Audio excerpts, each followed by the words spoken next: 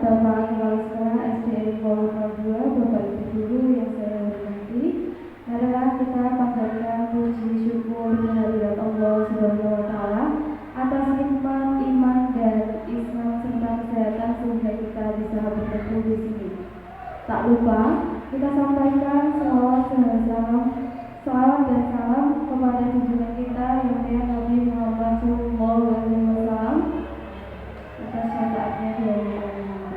Pada pagi ini, Sabtu 22 Oktober 2023, kita akan bersama-sama melaksanakan kegiatan diseminasi budaya positif, menyebarkan pemahaman dan penerapan budaya positif. Agenda kegiatan pada pagi hari ini yakni pembukaan, sambutan oleh kepala sekolah, pemaparan materi budaya positif, refleksi, dan penutup. Marilah kita buka acara pada pagi hari ini dengan bacaan basmalah secara bersama-sama. Acara selanjutnya adalah sambutan oleh Bapak Kepala. Bismillahirrahmanirrahim. Assalamualaikum warahmatullahi wabarakatuh. Mohon maaf waktu 5 menit untuk Bapak dan Ibu guru semuanya. Terima kasih atas kegiatan pada pagi menjelang siang hari ini di diseminasi CGB antara SMP 1 Kuala dengan SD Negeri Kuala 2. Ini saya ingin pesan ini untuk Bapak Ibu guru SMP 1 Batak. Pertama, tolong sampaikan salam saya kepada Pak Kepala Pak Aziz Effendi MSI. Semoga acara kegiatan ini bisa berlangsung dan terus-menerus tidak lanjutnya. Satu. Yang kedua, Bapak Ibu guru SMP yang sudah mempunyai pengalaman yang seperti ini, mohon untuk sharing kelas diskusi. Kalau Pak Sawab punya istilah itu belajar kelompok. Kalau Pak Sawab punya istilah itu. Karena apa? Mungkin dari satu sisi ini kalau Bapak Ibu guru SMP NGRP-nya ini sudah berjalan baik. Nah ini tadi saya juga ada kesempatan ya. Alhamdulillah kalau Pak Aziz datang ini saya langsung akan matur. Yang pertama Pak Arif dan Bapak Ibu guru SMP di Kecamatan Sukolila ini kalau guru SD yang sudah seleksi CGP tahap 1-2 itu banyak sebetulnya. Karena di tahap berikutnya itu jarang ada yang lolos. Alhamdulillah di SD Kuala 2 ini sudah ada 2 Bapak Ibu guru yang sudah sampai di tahap 2. Boleh Kosworo, Pak Muhammad Sawab ini sudah. Nah ini yang perlu saya sampaikan. Mohon bimbingan teknisnya agar mereka beliau yang belum dan yang sudah itu bisa lolos untuk tahap 11 ini. Karena apa? Karena istilahnya Pak Supri ini kalau SD Kuala 2 dengan Satam itu cuma beda kakak saja. Cuma beda kakak. Satu air, satu tanah, ya begitu. Saya tidak menganggap Anda itu bawa saya atau mitra kerja saya. Relasi teman saya diskusi.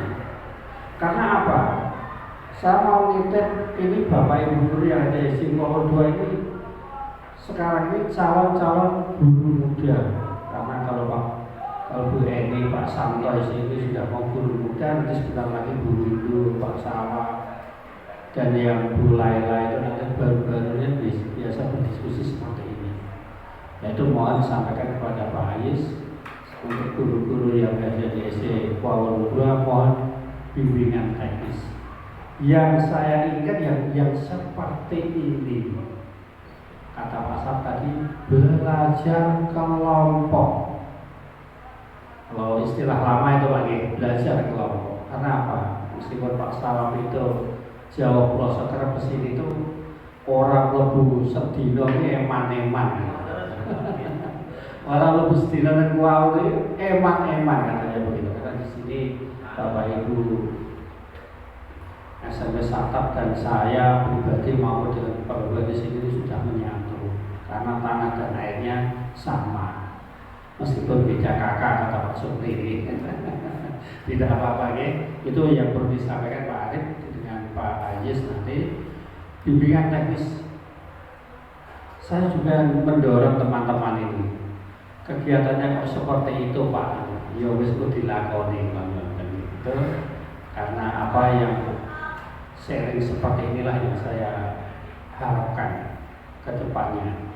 Mungkin nanti Bu Ima, Bu Heli, ada lagi yang untuk diseminasi seperti ini.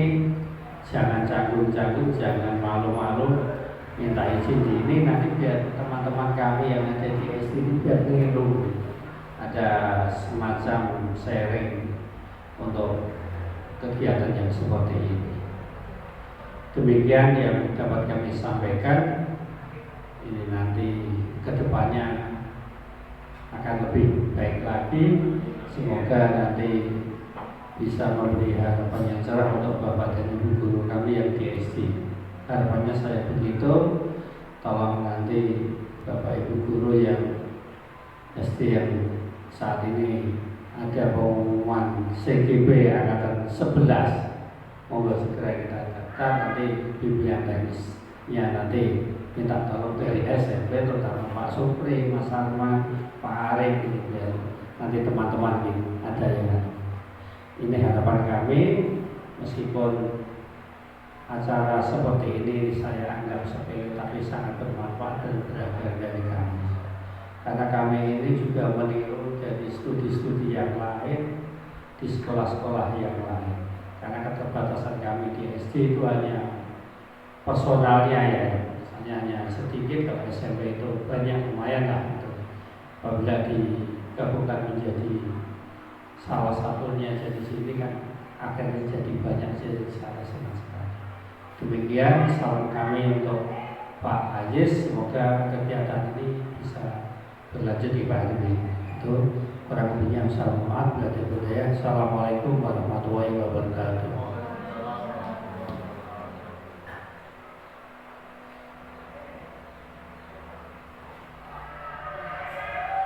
Assalamualaikum warahmatullahi wabarakatuh.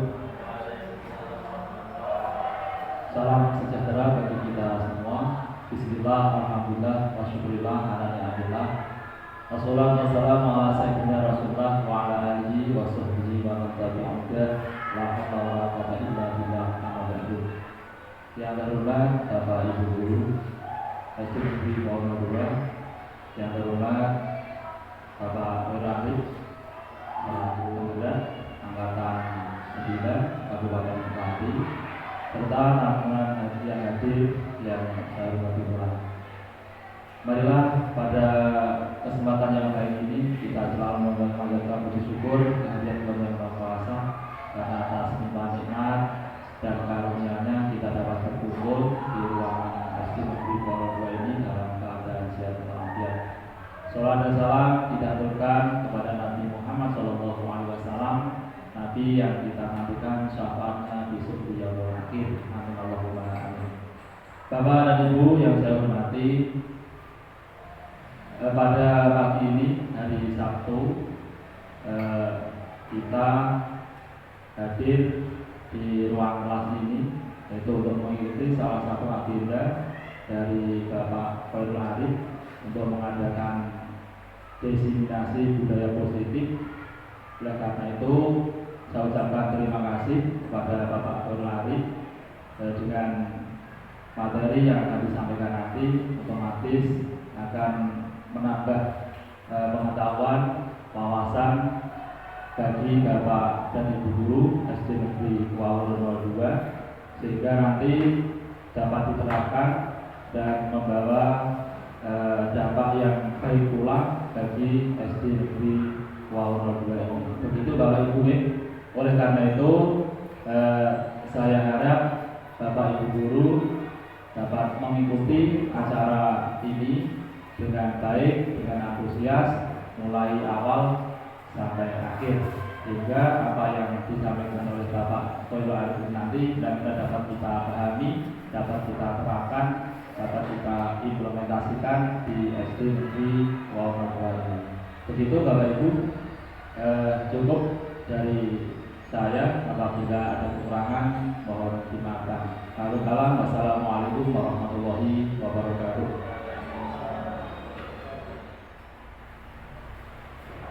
Ya, untuk acara selanjutnya adalah pemaparan materi budaya positif yang akan disampaikan oleh narasumber kita pada hari ini, yaitu Bapak Khairul Arif, Sarjana Ekonomi Syariah. Setelah Bapak Arif menyampaikan materinya, saya akan memberikan kesempatan kepada teman-teman untuk bertanya. Untuk mengefektifkan waktu kepada Bapak Khairul Arif, Sarjana Ekonomi Syariah, kami persilakan. Terima kasih Mas waktunya. Assalamualaikum warahmatullahi wabarakatuh. Buat izin Bapak Ibu, di sini saya tidak menggurui, ya. Di sini kita berdiskusi mawon. Bukan berarti saya yang di depan yang paling pintar, bukan, ya. Justru saya akan memaparkan diseminasi budaya positif untuk sekolah kita. Sebelumnya saya mulai materi ini.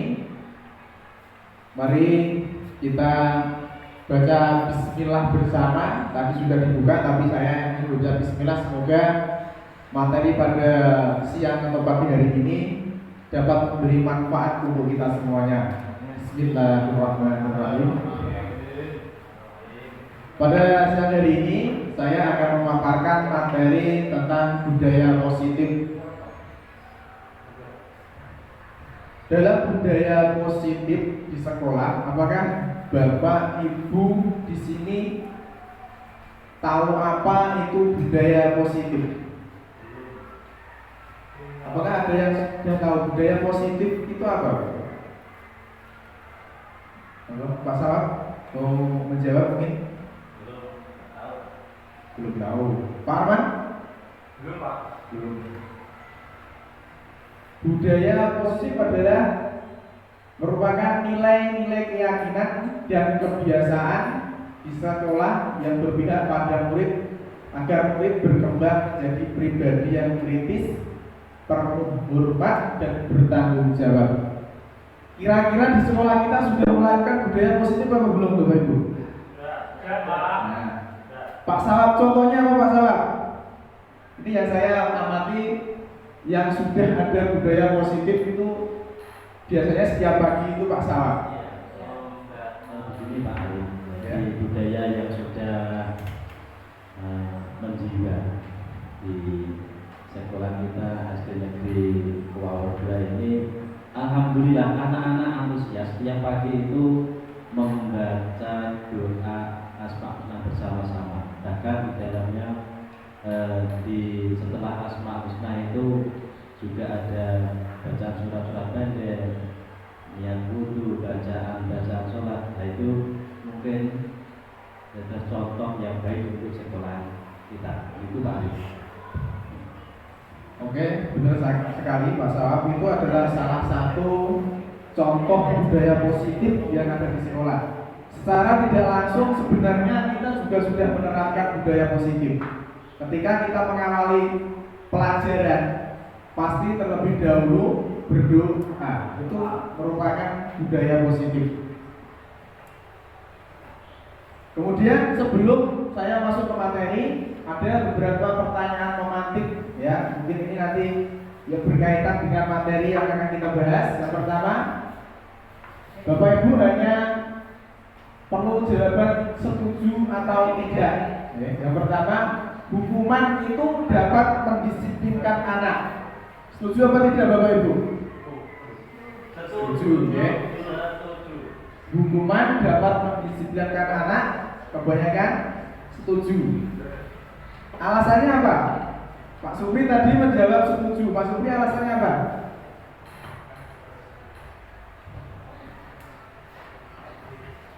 Monggo Pak Supri bisa memberi alasan kenapa setuju hukuman itu dapat mendisiplinkan anak?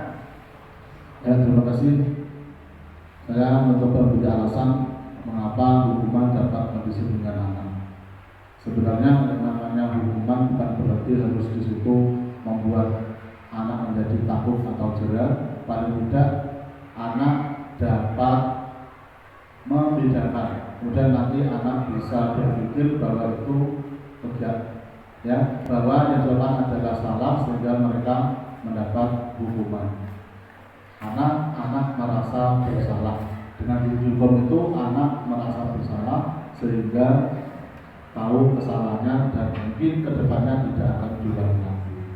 Itu alasan dari Pak. Kemudian yang kedua itu adalah pemberian hukuman dengan hal positif seperti membaca atau membersihkan halaman sekolah dapat meningkatkan disiplin anak.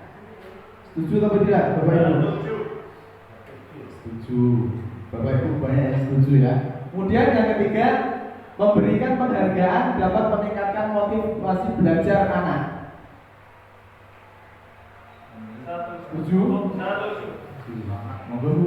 Sangat setuju. Nah itu beberapa pertanyaan pemantik nanti akan terjawab di belakang, Bapak Ibu. Lanjut, Dewi. Nah di sini yang akan kita bahas konsep ini budaya positif. Yang pertama nanti adalah ada pembelajaran paradigma baru. Yang kedua ada disiplin positif. Yang kedua kebutuhan dasar manusia. Kemudian motivasi perilaku manusia dan yang kelima posisi kontrol. Kemudian keyakinan kelas dan segitiga restitusi. Nah, yang pertama adalah pembelajaran paradigma baru. Di sini ada kegiatan kepala tangan, Bapak Ibu. Diibaratkan ada A dan B. B-nya adalah Bapak Ibu semuanya. Sobelah tarik kertas kecil, tuliskan benda atau sesuatu yang sangat berharga untuk Anda. Letakkan di salah satu tangan Anda dan genggam benda atau sesuatu tersebut dengan segala daya. Buatlah sebuah kepala. Teman B akan mencoba dengan sekuat tenaga dan berbagai cara untuk meminta Anda memberikan benda tersebut. Nah ini, seandainya Bapak Ibu memegang sesuatu di tangan, teman Anda, teman Bapak Ibu meminta untuk melepaskan dengan berbagai cara, dibujuk dengan cara apapun, apakah Bapak Ibu akan melepaskannya? Tidak mau, pastinya tidak. Bagaimana supaya itu terlepas, Bapak Ibu? Dibuka, benar-benar dibuka sendiri. Kenapa seperti itu? Kenapa kok dibuka seperti itu? Kok dibuka kita sendiri yang mampu membukanya, Bapak Ibu?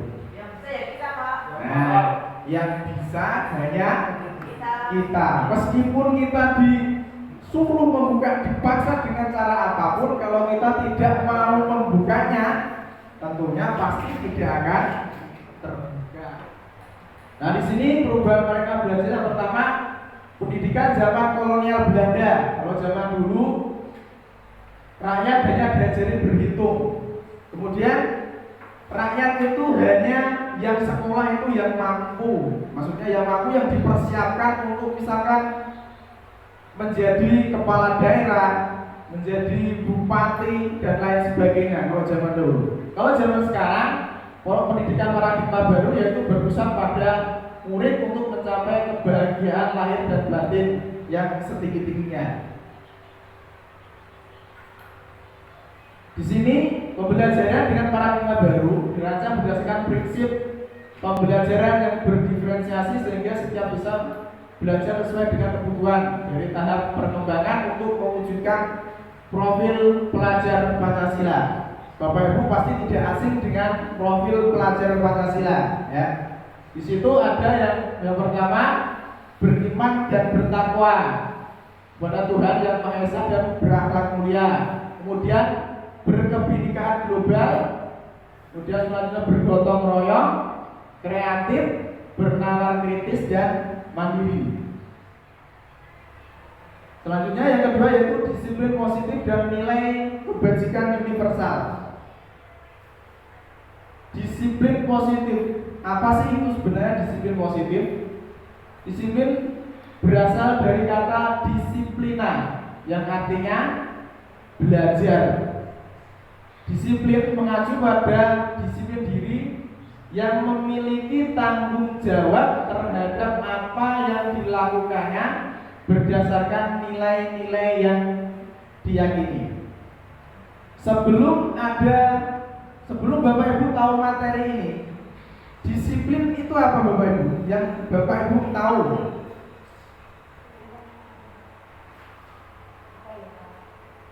Bapak Ibu, apa disiplin?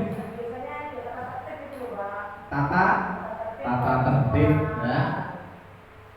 Dulu pun saya juga sama Bapak Ibu, sebelum mengetahui ikut di guru penggerak ini, ya, disiplin itu lebih cenderung ke tata tertib kalau saya sebut.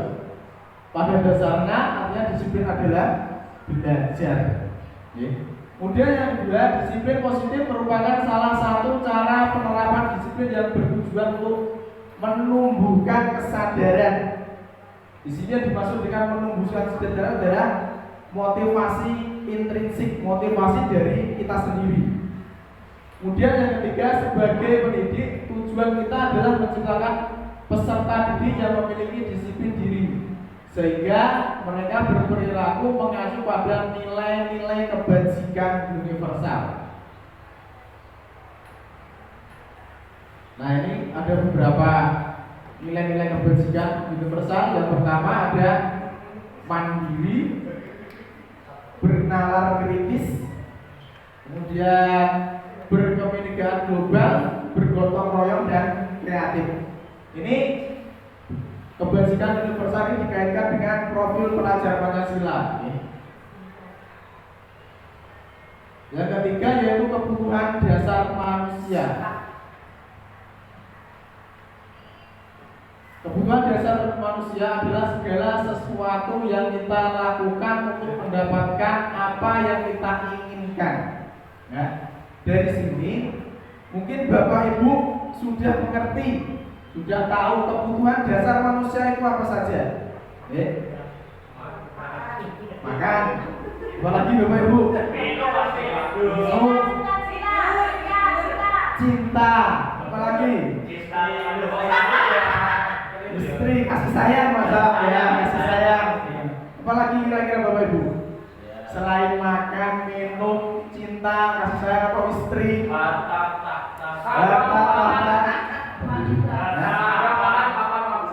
pangan, papan, dan panggungan. Nah ini Bapak Ibu. Yang pertama, kebutuhan dasar manusia yang pertama adalah bertahan hidup. Yang pertama adalah bertahan hidup. Apa saja itu Pak, Bapak Ibu?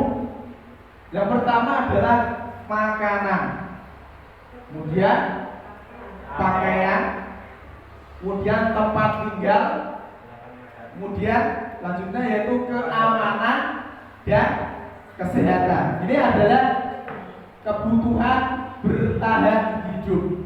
Kemudian yang kedua yaitu kasih sayang dan rasa diterima. Tadi seperti Pak Sawat butuh istri juga, ya Pak Sawat ya. Butuh istri. Di sini ada rasa diterima, kemudian dipedulikan. Selanjutnya berbagi, jadi bagian kelompok dan kerjasama. Nah ini kasih sayang.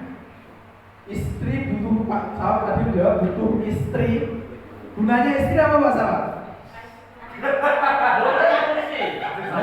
Multifungsi ya. Di situ ada.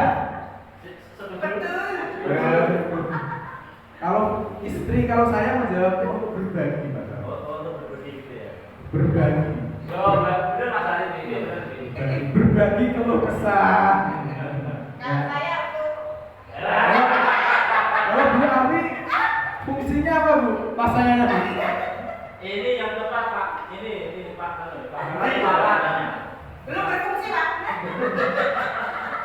Terima kasih. Yang ketiga yaitu penguasaan. Ini penguasaan ini juga dibutuhkan manusia Bapak Ibu. Mungkin Pak Sawab punya cita-cita menjadi kepala sekolah, ya. Kalau sekarang Pak Sawab sudah punya penguasaan juga, penguasaan di rumah tangga. Mungkin punya kepala keluarga ya. Oke. Di sini penguasaan adalah harga diri, keinginan untuk dianggap, ya, memimpin, berprestasi, diakui dan didengar. Pasti Pak Arif. Nah ini penguasaan. Kemudian yang keempat adalah kebebasan. Ini kebutuhan manusia. Yang keempat adalah kebebasan. Kita hidup juga butuh bebas, Bapak Ibu. Yaitu butuh mandiri, butuh memiliki pilihan, mencoba hal yang baru, mampu mengendalikan arah dirinya.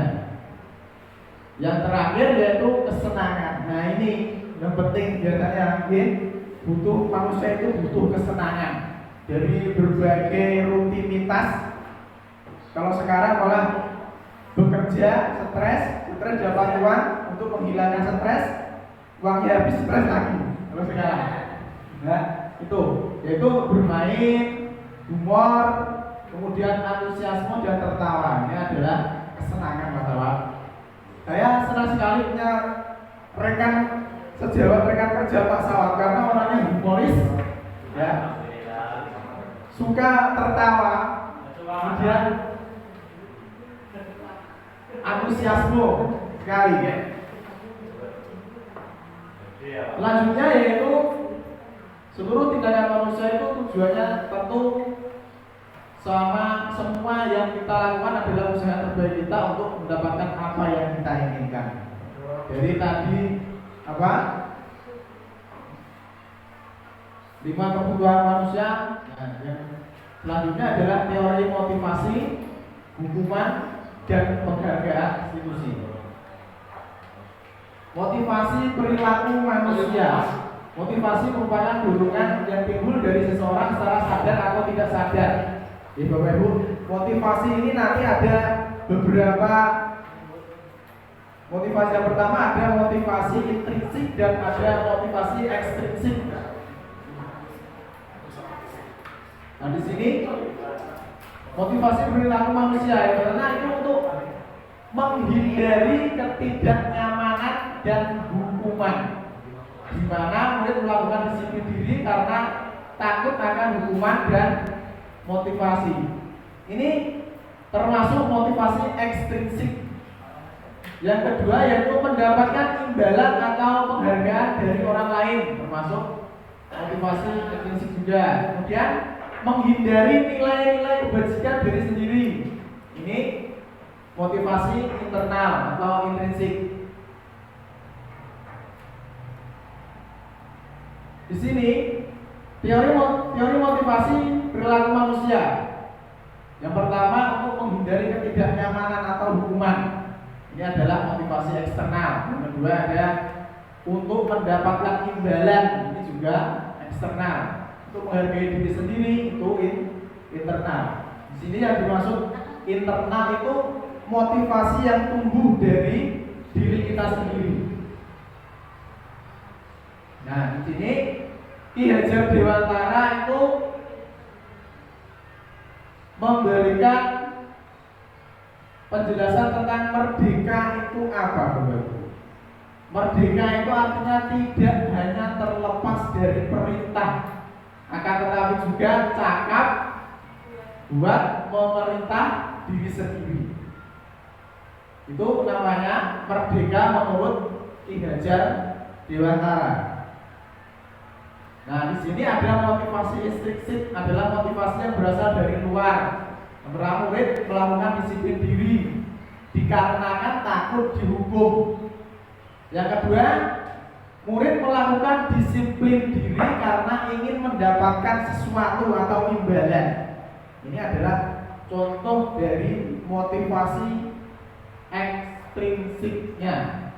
Kemudian motivasi intrinsiknya yaitu menghargai nilai kebajikan diri.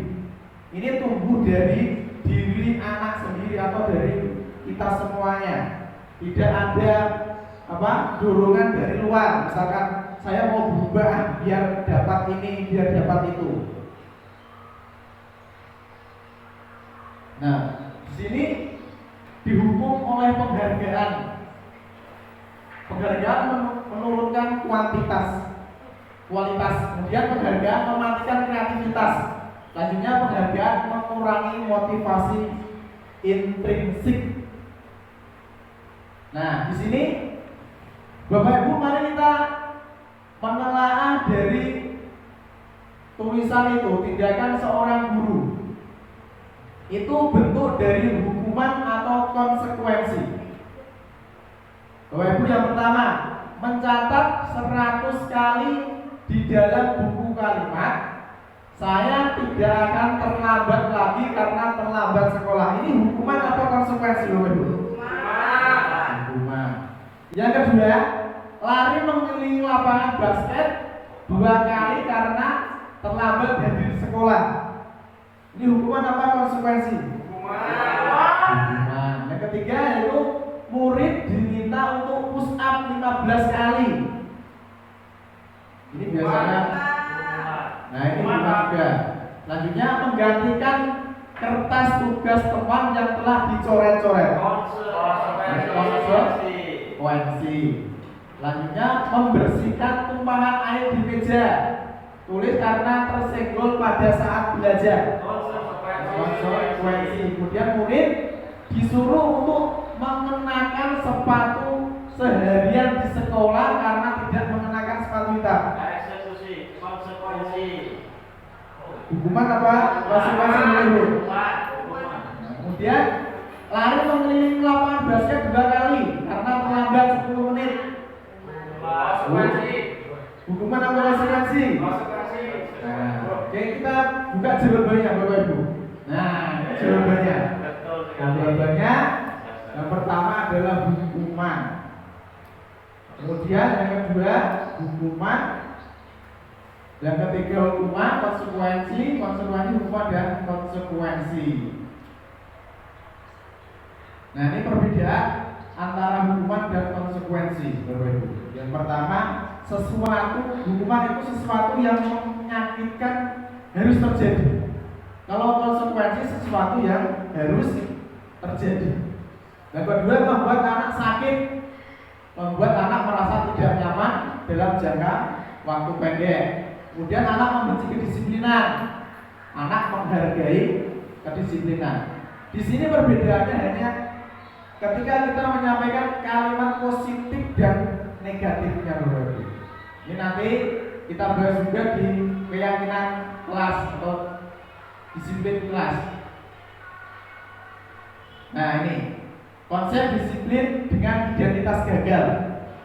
Biasanya Bapak Ibu ketika menghadapi anak-anak itu dengan menggunakan hukuman atau hadiah.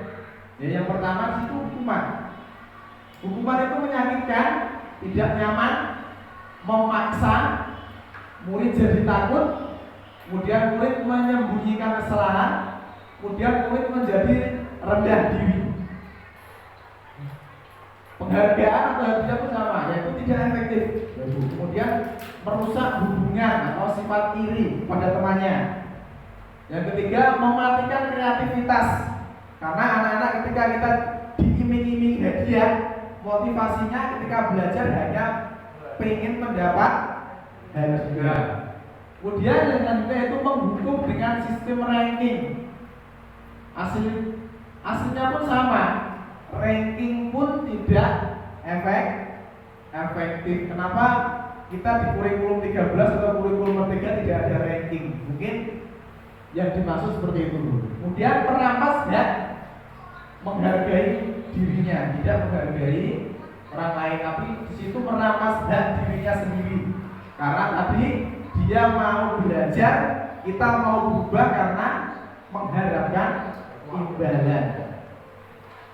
Nah, di sini ada konsep disiplin dengan identitas sukses, yaitu dengan menggunakan konsekuensi dan restitusi.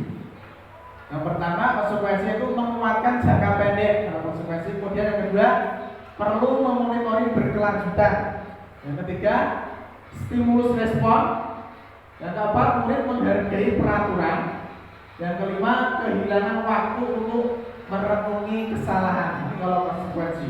Kalau restitusi yaitu murid bertanggung jawab atas perilakunya sendiri, Bapak Ibu. Yang kedua, fokus pada pemecahan masalah jangka panjang. Kemudian murid menghormati dirinya dan orang lain. Yang keempat, teori kontrol, dirinya memegang kontrolnya. Kemudian murid bersemangat memperbaiki kesalahan. Ini kalau restitusi. Selanjutnya yaitu posisi kontrol.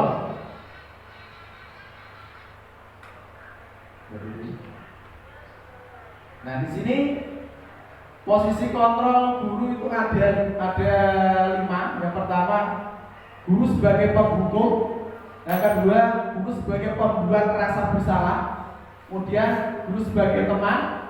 Kemudian pemantau dan manajer. Tapi kita sebagai guru diusahakan sebagai manajer, biar siswa lebih nyaman. Nah, di sini 5 posisi kontrol. Yang pertama, penghukum. Penghukum itu menghardik atau menunjuk-nunjuk atau menyakiti dan menyindir, itu penghukum. Kemudian pembuat rasa bersalah yaitu berceramah dengan mengatakan seharusnya ibu kecewa. Nah, Bapak Ibu di sini ketika menghadapi anak yang melakukan kesalahan, lebih cenderung kemana Bapak Ibu? Penghukum, pembuat rasa bersalah, teman, pemantau atau manajer? Penghukum. Biasanya penghukum. Tapi yang diharapkan seharusnya tidak dihukum, tapi saya di situ. Nah, ini contohnya ketika murid tidak memakai atribut lengkap saat upacara bendera. Sebagai guru sebagai penghukum, patuhi aturan sekolah lalu berdiri di barisan lain atau di barisan depan bawa bendera misalkan. Itu adalah posisi guru sebagai penghukum. Kemudian yang kedua, membuat rasa bersalah. Berapa kali Bapak bilang sama kamu, Bapak kecewa sama kamu. Nah, ini membuat rasa bersalah. Kalau teman, ayolah kita tertib buat Bapak Ibu guru bangga. Ya, anak-anak itu dipancing supaya merasa bersalah akan kesalahannya. Yang ketiga yaitu memantau. Ini kamu sudah melanggar apa peraturan sekolah yang kita dan apa konsekuensinya. Ini sebagai guru yang melanggar, nakoni Bapak Ibu bahasa Jawa. Kemudian yang kita harapkan yaitu guru sebagai manajer. Kata yang bagus dipakai itu, apakah kamu tahu kesalahan kamu? Nah, ini menanyakan kesalahan anak biar sadar dulu. Kemudian kira-kira bagaimana cara kamu akan memperbaikinya. Ini anak-anak disuruh mencari solusinya sendiri dulu. Nah, ini contohnya 5 posisi kontrol Bapak Ibu.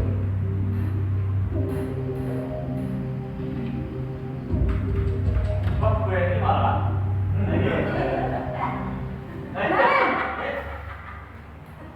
Sini kamu.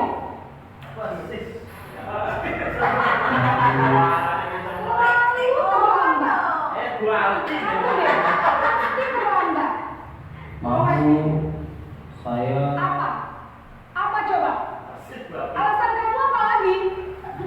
Kapan sih kamu tidak terlambat? Malas sekali ya kamu jadi anak. saya Dasar pemalas. Gak kapok-kapok sih kamu.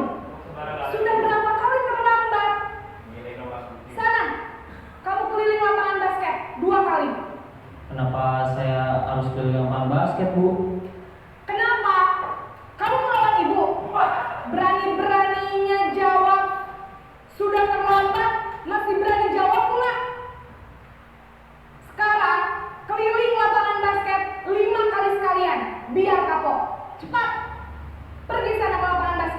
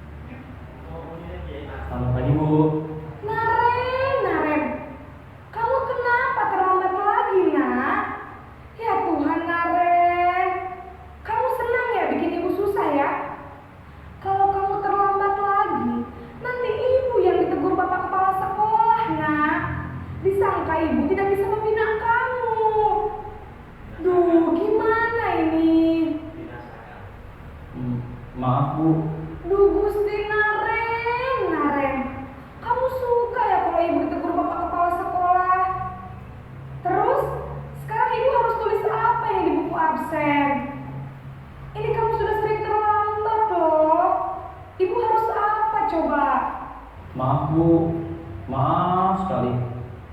Ya sudah, lain kali jangan bikin ibu susah lagi ya nak ya. Ibu tidak akan kuat lagi kalau kamu begini terus. Bisa jantungan kalau ibu tegur bapak kepala sekolah. Sana cepat kelas. Maaf ya Bu, maaf sekali. Posisi pembuat rasa bersalah berbicara dengan nada tenang.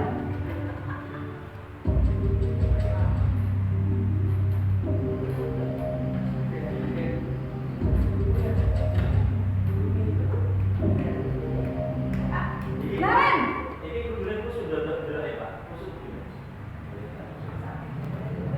Selamat pagi Bu.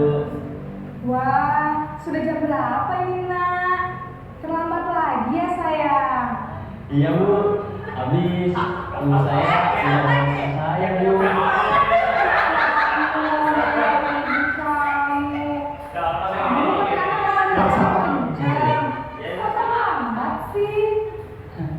Iya Bu, saya memang terlambat bangun tadi. Jadi biarpun saya lari kencang, tetap gak kekejar Bu. Ya sudah sana, nanti lain kali larinya lebih kenceng lagi ya, biar gak terlambat lagi. Bikin seneng ibu, demi ibu, bisa kan? Bisa lah Bu. Ya sudah sana masuk kelas, ibu beresin urusan absen kamu. Kamu ini ada-ada saja.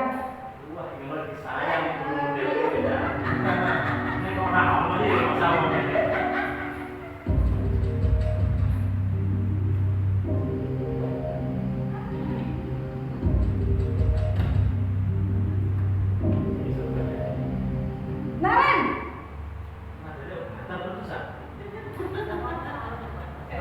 Selamat pagi Bu. Naren, apa peraturan sekolah kita tentang jam berapa kita harus masuk sekolah nak? Kita harus di sekolah jam 7 Bu. Iya betul, sekarang sudah jam 7.20. Naren sudah tahu konsekuensinya jika terlambat hadir. Paham Bu, saya harus tinggal kelas pas jam istirahat selama 20 menit. Iya benar, konsekuensinya demikian. Jadi nanti jam 9.30 pas istirahat, kamu harus tinggal di kelas, kerjakan tugas tambahan untuk ketertinggalan kamu, ya? Baik Bu.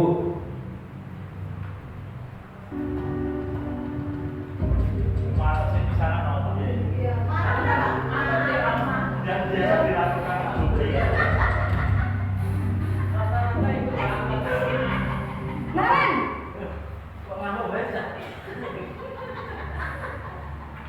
Selamat pagi Bu. selamat pagi Naren.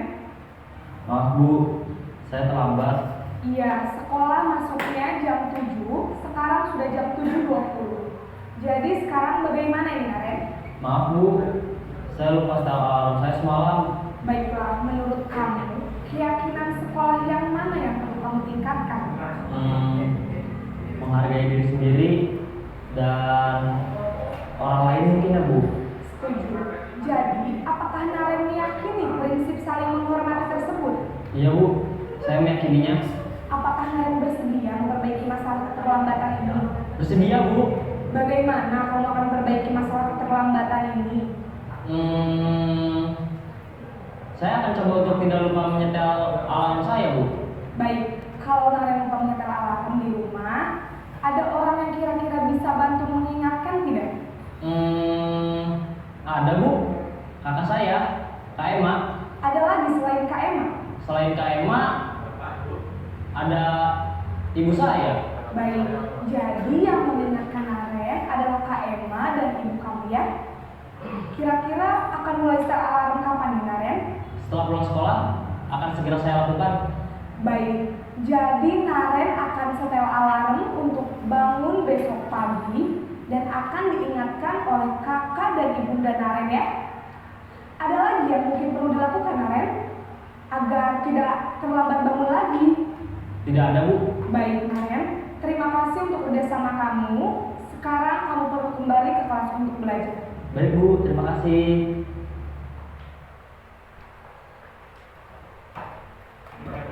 Nah itu contoh posisi kita sebagai guru. Kita lebih cenderung kemana Bapak Ibu? Pertama, kita lebih cenderung ke pertama, ya. Padahal harapan kita ada Merdeka Belajar ini profil pelajar Pancasila ini kan kita diharapkan bisa lebih cenderung ke manajer atau membuat rasa bersalah. Tapi kita untuk saat ini lebih cenderung ke pertama, yaitu sebagai penghukum. Nah itu. Biasanya ini penghukum. Mudah-mudahan setelah ada ini nanti kita bisa berubah bersama-sama. Tujuannya mudah-mudahan anak lebih nyaman, ya. Ketika ada permasalahan, ada kasus di sekolah, anak pun santai ketika menghadapi kasusnya, menghadapi permasalahannya, ya mencari solusinya sendiri. Tidak kita yang biasanya kan kalau penghukum kan bapak ibu guru yang langsung menghadik kamu itu, nah kan biasanya seperti itu, ya. Selanjutnya yang ke-6 adalah keyakinan kelas. Nah, di sini Bapak Ibu wali kelas, ya, untuk kelas yang SD atau SMP kan mungkin juga ada yang wali kelas sudah menerapkan atau sudah membuat keyakinan kelas belum Bapak Ibu? Keyakinan kelas. Keyakinan kelas adalah sesuatu yang diyakini bersama yang berasal dari penyatuan pikiran. Nah, atau aturan-aturan di kelas yang lebih cenderung hal yang positif, Bapak Ibu.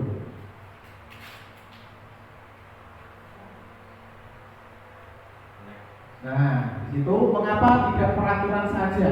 Mengapa harus keyakinan?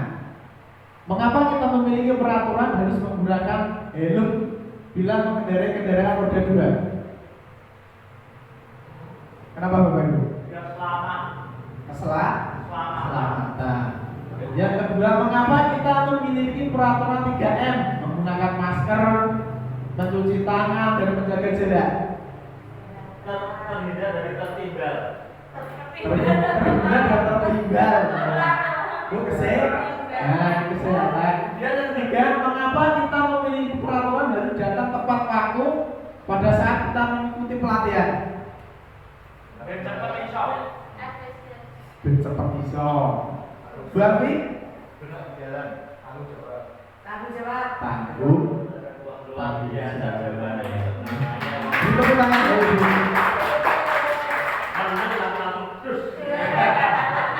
Nah itu untuk mendukung motivator intrinsik kembali ke nilai-nilai keyakinan yang lebih menggerakkan seseorang dibandingkan mengikuti serangkaian peraturan. Kalau di situ ada peraturan kelas, kemudian keyakinan kelas, ibunya yaitu nanti di lingkungan yang positif.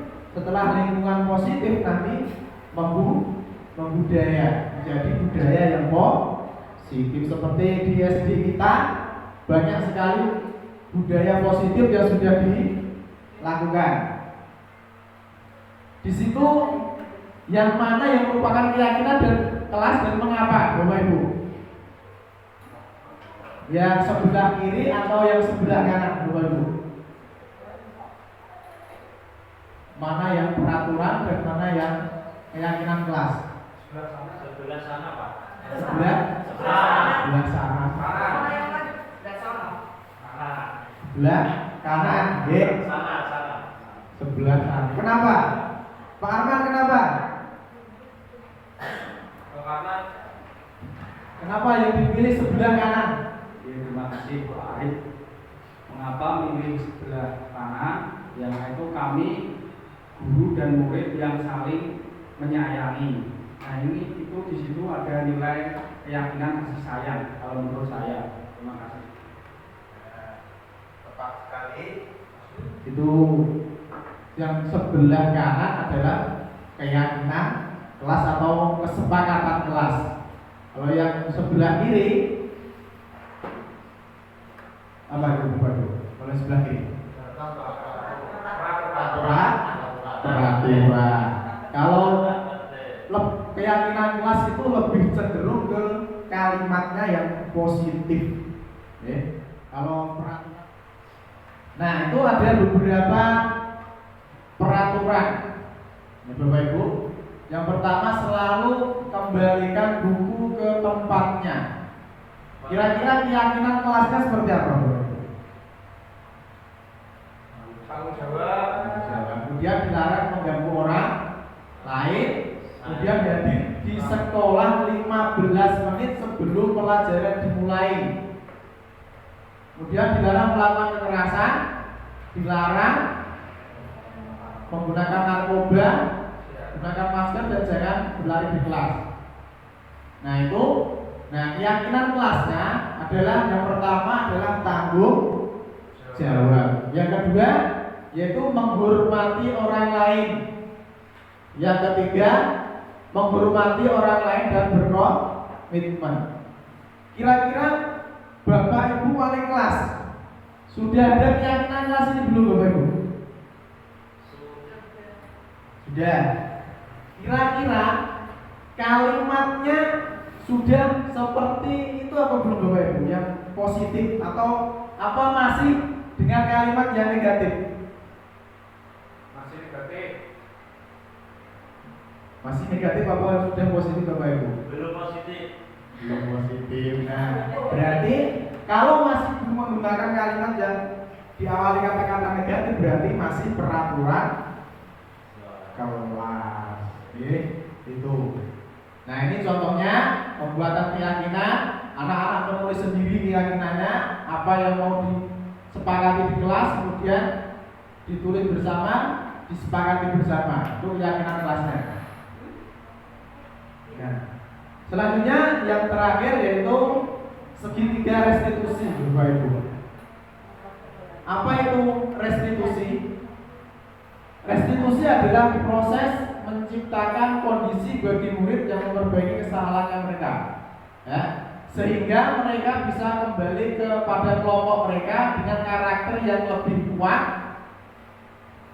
Restitusi juga merupakan proses kolaboratif yang mengajarkan murid untuk mencari solusi atas masalah mereka sendiri dan membantu murid berpikir tentang orang seperti apa yang mereka ingin menjadi atau tujuan mulianya dan bagaimana mereka harus memperlakukan orang lain.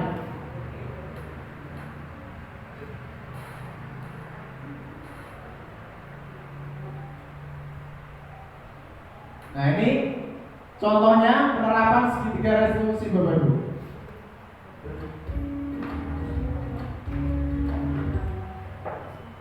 Salam dan bahagia Ibu dan Bapak Guru hebat. Pada video kali ini kita akan membahas tentang salah satu program disiplin positif yang diterapkan di lingkungan sekolah yang dikenal dengan nama restitusi.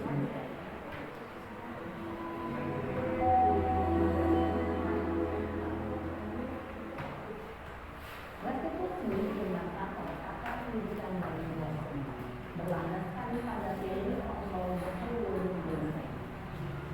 Segitiga restitusi adalah satu proses dialog yang dijalankan oleh guru, siswa, anak dapat dihasilkan dan berdiri pada saat guru diposisi dan menjelaskan aspek kebutuhan pada murid adalah proses yang sehingga penerimaan dapat tumbuh dan berkembang menjadi suatu kebiasaan positif yang akhirnya memunculkan kemenangan. Proses dialog ini terdiri dari 3 langkah yang diberikan 3 sisi pada segitiga restitusi. Sisi pertama adalah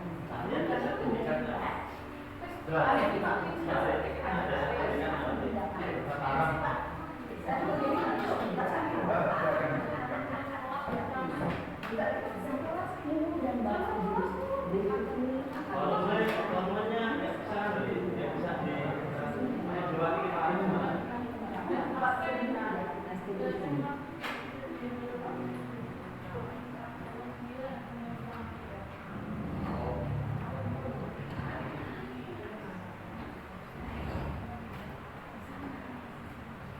Siang sana.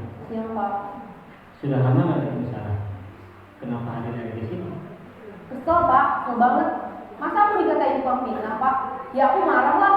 aku balik ke TK di depan kelas. Kesel banget. Oh begitu. Ya pasti kamu marah dan kesal. Bapak juga akan marah apabila ada yang menuduh Bapak seperti itu. Kemudian pada saat itu kamu mau melakukan apa? Ya saya langsung ngatain TK lah Pak. Kesel banget. Saya bentak-bentak dia di depan teman-teman lain. Oh begitu. Pasti kamu melakukan seperti itu karena suatu alasan tertentu, bukan? Iyalah, masa saya diam saja Pak.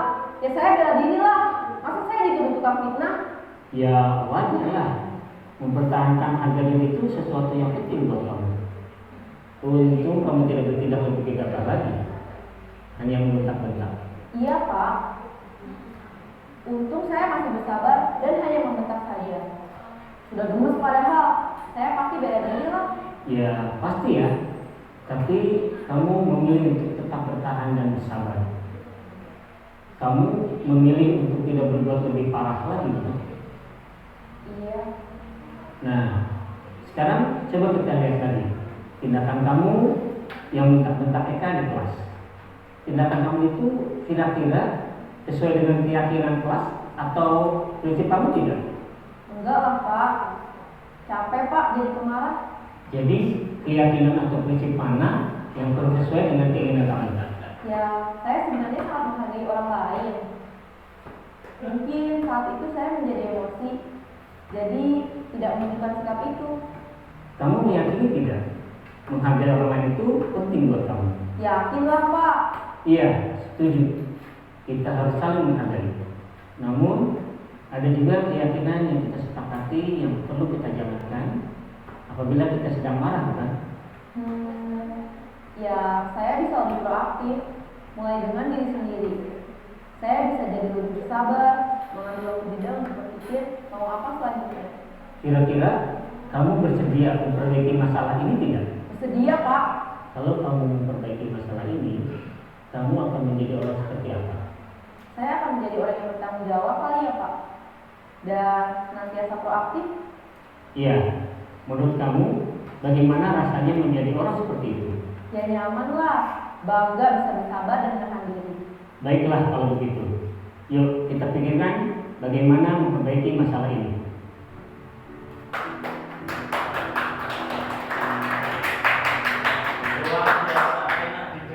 Ibu dan Bapak guru hebat. Baru saja kita menyaksikan contoh bagaimana seorang guru berada dalam posisi manajer menggunakan penerapan segitiga restitusi.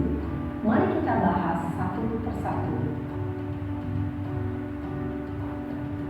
Pada sisi pertama, menstabilkan identitas berdasarkan pada prinsip bahwa membuat kesalahan adalah bagian dari proses pembelajaran.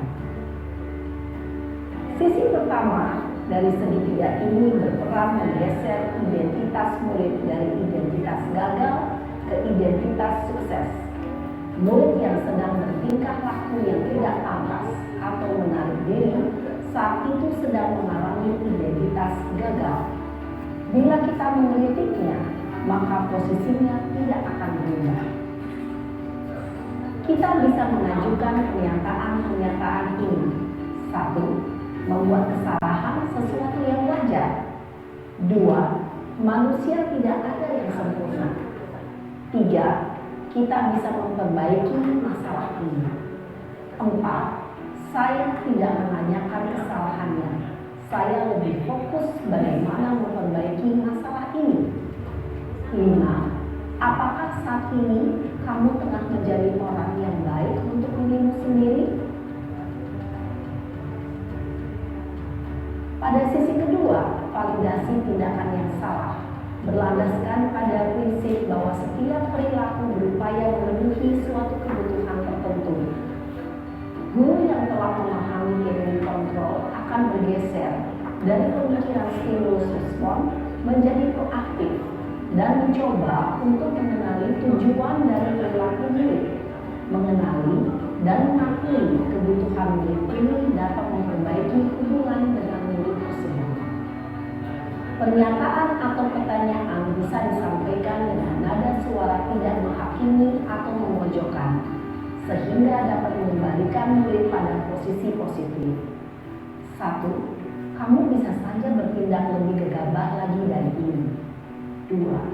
Kamu bukan melakukannya tanpa suatu alasan tertentu. 3. Kamu melakukannya karena mempertahankan sesuatu yang penting bagimu. 4. Mungkin kamu bisa mempelajari suatu perilaku baru yang lebih efektif. Bersediakah kamu mempelajarinya? Selanjutnya, kita akan simak sisi terakhir, yaitu menanyakan keyakinan. Teori kontrol menyatakan bahwa pada dasarnya kita termotivasi secara intrinsik. Pada saat perilaku yang salah telah divalidasi dan identitas sukses telah stabil, maka murid telah siap mengaitkan keyakinan-keyakinannya dengan tindakannya yang salah dan pemikirannya telah bergeser ingin menjadi orang yang tuju. Pertanyaan-pertanyaan ini dapat mengaitkan keyakinan-keyakinan yang dianut murid. 1. Sebagai keluarga atau kelas, apa yang kita yakini? 2. Nilai-nilai apa yang telah kita sepakati? 3. Seperti apa gambaran sebuah kelas yang ideal bagi kamu? 4. Kamu ingin menjadi orang seperti apa?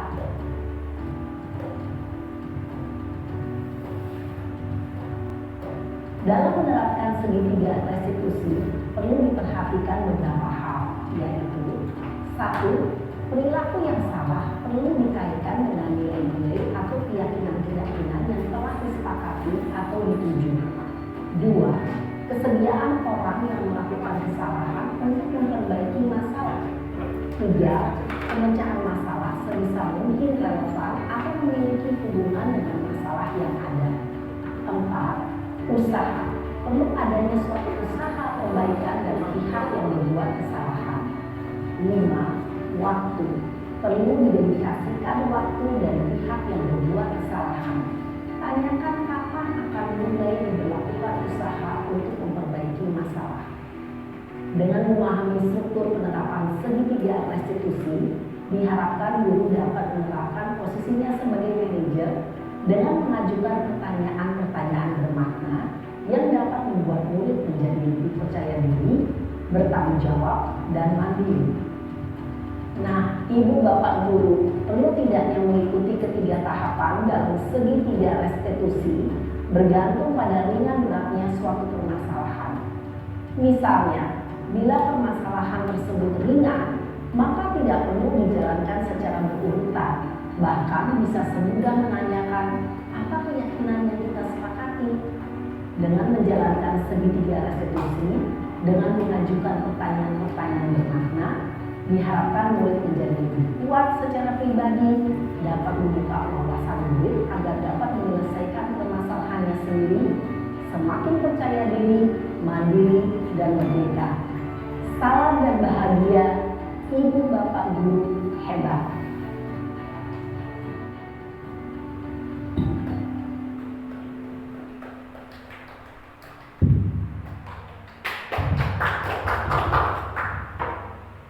Nah, itu contoh pengaplikasian segitiga restitusi.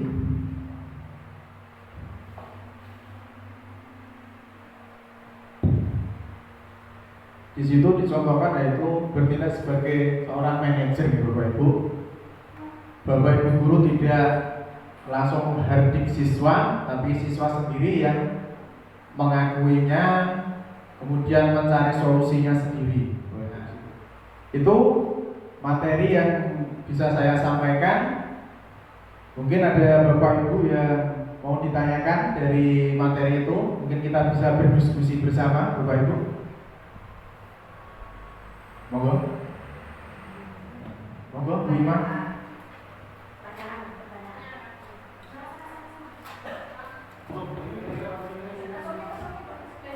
Kita diskusi bersama. Kalau bisa saya jawab. Untuk Pak Arif, Pak Khairul Arif, paparannya sangat bagus sekali dan bagi saya ini baru. Yang saya tanyakan Pak Arif, tadi kan ada segitiga restitusi ya. Apakah kita ketika kita mendapatkan suatu masalah dan itu siswa tersebut itu sering melakukan terus kesalahan tersebut. Misal sering terlambat, nanti di kita beri peringatan, kita beri teguran, akan tetapi murid ini selalu melakukan kesalahan tersebut. Tadi kan ada segitiga restitusi. Apakah kita itu sebagai seorang guru harus mencakup tiga restitusi tersebut? Kita itu apakah boleh kita hanya menggunakan 2 saja, atau kita wajib melakukan ketiganya? Segitiga restitusi harus diterapkan secara keseluruhan, atau kita bisa mengambil segitiga, tidak segitiga, hanya dua tahapan, apakah boleh seperti itu? Tidak seluruhnya segitiga restitusi. Terima kasih Pak Arif. Wassalamualaikum warahmatullahi wabarakatuh. Terima kasih untuk pertanyaannya Bu Iman. Pengaplikasian segitiga restitusi itu tidak harus serta-merta ketiga-tiganya. Ketika kita menghadapi kasus yang sederhana, kasus yang ringan, kita boleh menggunakan tidak ketiga-tiganya, tidak semuanya kita gunakan.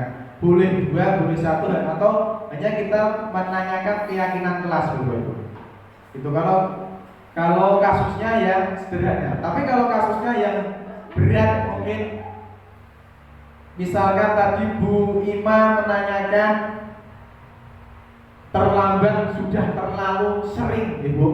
Terlambatnya sudah terlalu sering, bahkan hampir setiap hari. Mungkin kita bisa menerapkan semua dari proses segitiga restitusi itu, Ibu. Ada yang mau ditanyakan lagi, Bu Ima? Berarti kita break dulu, boleh saja kita tidak mengaplikasikan secara keseluruhan segitiga restitusi, tergantung kasus tersebut itu dikatakan kasus berat atau ringan. Kalau misal ringan kita tidak bisa menerapkan segitiga restitusi. Kalau ketika kasusnya berat kita bisa menerapkan segitiga restitusi. Seperti itu nih Pak. Iya Bu. Ketika kita menghadapi kasus yang ringan-ringan saja, tidak perlu kita menggunakan segitiga restitusi tersebut. Boleh 2 ataupun boleh 1. Terima kasih. Ada pertanyaan lagi? Monggo, Bu Ati, monggo silakan.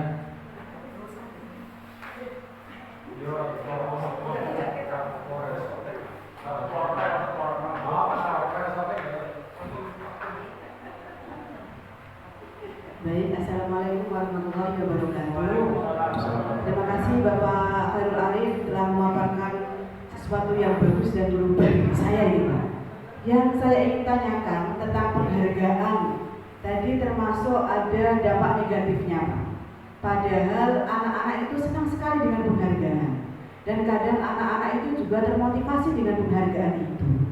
Seperti itu. Lalu kalau penghargaan itu ada sisi negatifnya, ada yang terhukum dalam penghargaan itu. Lalu cara kita mungkin menumbuhkan motivasi yang bentuknya penghargaan positif mungkin ya. Dalam hal lain itu bisa dicontohkan seperti bagaimana ya Bapak ya. Terima kasih. Wassalamualaikum warahmatullahi wabarakatuh. Benar sekali Bu. Penghargaan itu tidak semuanya positif untuk anak.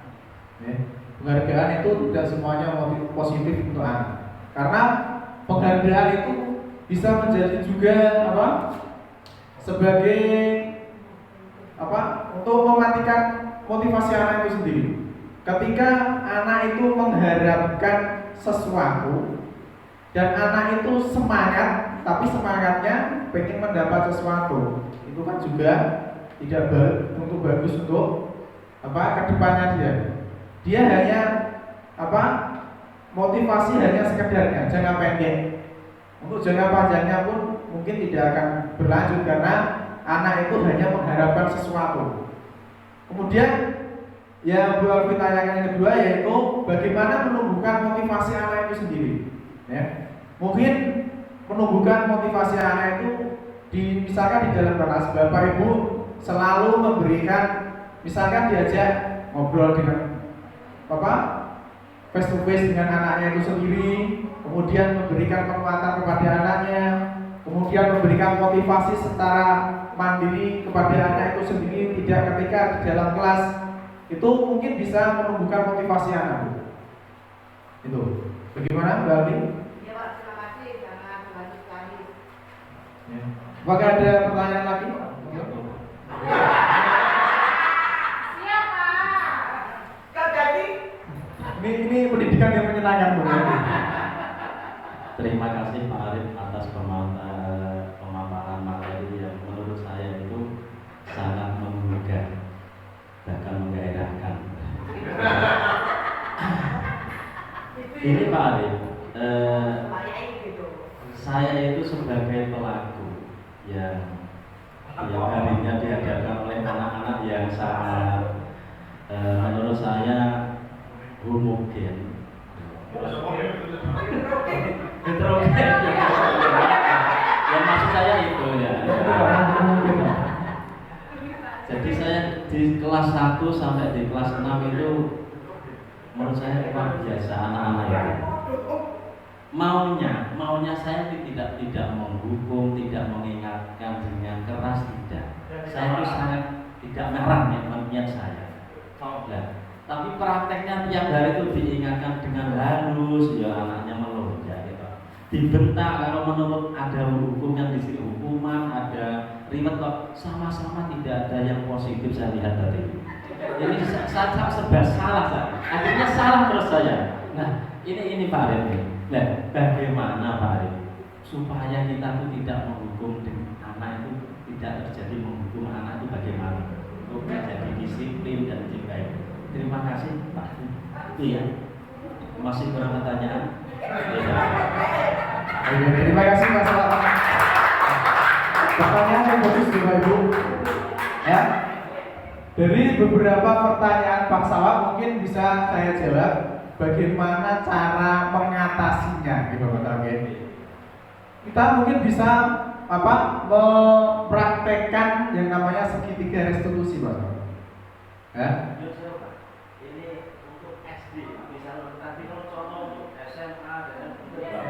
Sama Pak, sama. Kita bisa dari tingkat PAUD sampai dengan tingkat SMA kita bisa menggunakan yang namanya segitiga restitusi. Untuk SD Pak, ini untuk SD loh. Ya sama Pak. Segitiga restitusi. Tujuannya segitiga restitusi itu apa sih? Tujuannya anak itu biar mengakui kesalahannya sendiri, kemudian anak itu biar mencari solusi atas kesalahannya sendiri. Bukan Bapak Ibu guru yang harus kamu ini ya, kamu itu ya, bukan seperti itu Pak. Bukan anak itu bercerita, mengutarakan, oh ini Pak masalah saya seperti ini, kalau seperti ini saya salah, kemudian saya harus memperbaikinya seperti ini. Itu bisa menggunakan teori segitiga restitusi. Oke. J, sami Pak. Ini bisa digunakan dari semua kalangan Pak, baik yang di gunung, baik yang di perkotaan, bisa di pesisir pun bisa sama, bisa digunakan teori restitusi ini. Oke, terima kasih. Ya, mudah-mudahan setelah ini kita semua bisa melaksanakan yang namanya budaya positif ini, Bapak Ibu, supaya sekolah kita lebih menyenangkan, ya, pendidikannya juga bisa pendidikan yang menyenangkan, bisa menjadi sekolah yang lebih enak ditempati anak-anak. Dan itu adalah materi dari saya, mudah-mudahan bermanfaat. Dan selanjutnya di sini saya ingin refleksinya dari Bapak Ibu atas materi saya hari ini. Monggo Bapak Ibu yang mau merefleksi, silakan Bina, bisa? Ya, oke, refleksi. Monggo. Iya. Terima kasih Bapak Ibu. Assalamualaikum warahmatullahi wabarakatuh. Sebelumnya Pak Arif, saya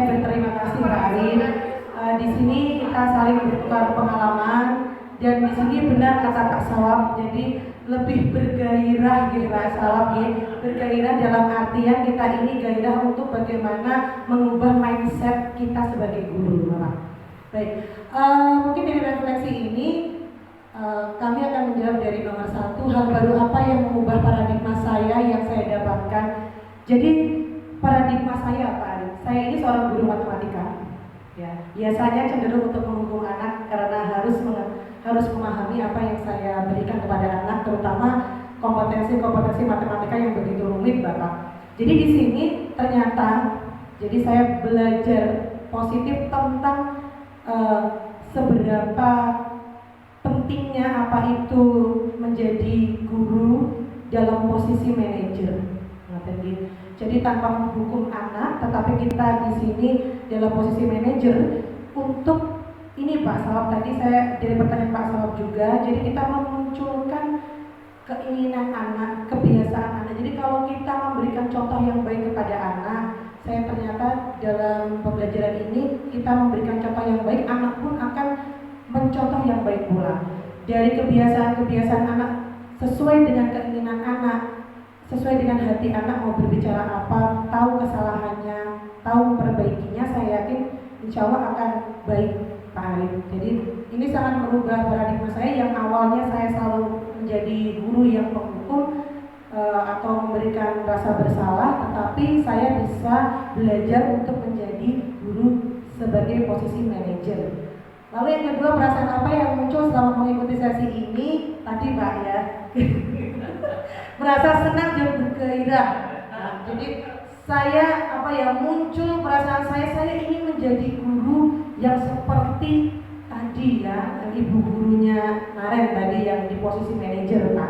Dan saya ingin memunculkan motivasi intrinsik dari diri murid kami sendiri Pak, supaya mereka paham dengan dirinya dan paham apa yang harus mereka lakukan dari dalam diri, bukan motivasi dari suatu penghargaan atau suatu hukuman seperti itu. Peran kamu seperti apakah yang saya telah lakukan selama mengikuti modul ini, dan saya mau menjadi guru seperti apa? Tadi yang sudah saya ungkapkan Pak, semoga dari sekarang Bismillahirrahmanirrahim. Ya, semoga kami semua bisa menjadi guru di dalam posisi manajer dan menerapkan apa yang menjadi penerapan positif yang sudah jenengan berikan di sini. Semoga bisa kita amalkan begitu ya Bapak Ibu, dan kita bisa memotivasi murid, gurunya baik, muridnya pun baik, sehingga kondisi dari sekolahan pun semuanya budayanya akan menjadi suatu kebiasaan yang positif. Pak Arif, terima kasih, itu refleksi dari saya. Wassalamualaikum warahmatullahi wabarakatuh. Terima kasih atas refleksinya Bu Ina. Mungkin terima kasih, mudah-mudahan setelah kita mempelajari budaya positif pada siang hari ini, kita bisa menjadi guru yang menyenangkan bagi murid-murid kita ya. Sudah kita bisa menjadi guru yang menjadi tauladan untuk anak didik kita. Terima kasih. Semoga hari ini menyenangkan Bapak Ibu. Saya cukupkan siang. Wabillahi taufiq wal hidayah. Assalamualaikum warahmatullahi wabarakatuh.